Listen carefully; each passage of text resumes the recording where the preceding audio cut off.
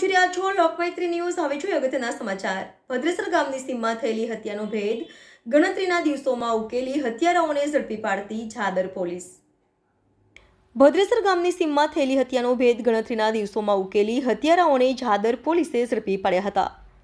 મળતી વિગતો મુજબ તારીખ 5/12/2024ને ગુરુવારના દિવસે ઈડર તાલુકાના ભદ્રેસર ગામની સીમમાં આવેલ ગુહાઈ ડેમના આંગામાંથી પુરુષની લાશ મળી આવી હતી, જેની તપાસ ઈડર ડીવાયએસપી તેમજ ઝાદર પોલીસ ઇન્સ્પેક્ટર આર.ડી. તરાલ કરી રહ્યા હતા।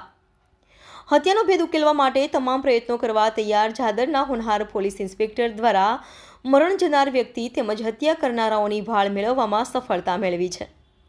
મરનાર પામનાર યુવાન રાજસ્થાનના ઉદયપુર જિલ્લાના સુંડલા ગામનો વતની હતો, જેની હત્યા કરનાર 3 પૈકી 2 આરોપીઓને ઝડપી પાડવામાં આવ્યા છે। હજુ એક આરોપીની તપાસ ચાલુ છે।